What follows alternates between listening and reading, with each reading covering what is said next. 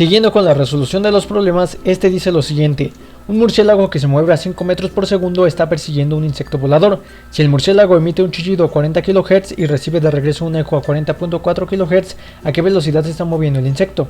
El insecto se está alejando o acercando a su predador.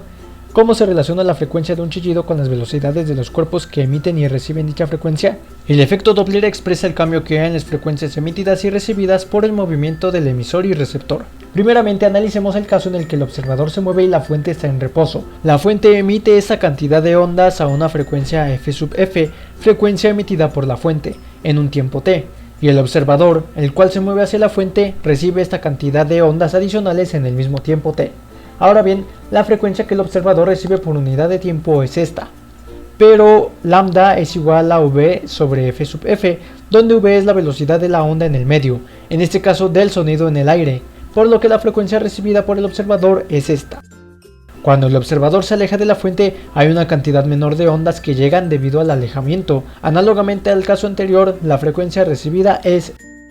Uniendo los dos casos, se concluye que la frecuencia recibida es igual a la frecuencia emitida por la velocidad del sonido, más menos la velocidad del observador entre la velocidad del sonido. Suma cuando el observador se acerca y resta cuando se aleja. Y si el observador es quien se encuentra en reposo y la fuente se mueve hacia este, cuando la fuente se acerca se presenta una acumulación de muchas ondas con una longitud de onda menor. Sucede que la longitud de onda se acorta lambda sub a igual a velocidad de la fuente entre frecuencia de la fuente. El observador entonces recibe una longitud de onda resultado de la diferencia entre la longitud de onda original y la longitud de onda cortada.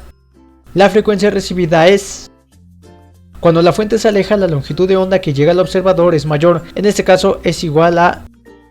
Uniendo los dos casos, la frecuencia recibida es igual a la frecuencia emitida por la velocidad del sonido entre la velocidad del sonido menos más la velocidad de la fuente. ¿Qué pasa si ambos se mueven?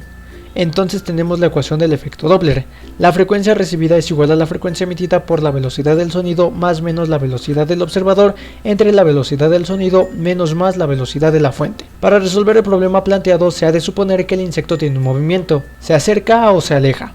Supongamos que por alguna razón se esté acercando. En realidad es conveniente suponer esto para interpretar el resultado. Sabiendo que la fuente de la frecuencia es el murciélago y el observador es el insecto, el murciélago emite el chillido con una frecuencia f sub m igual a 40 kHz.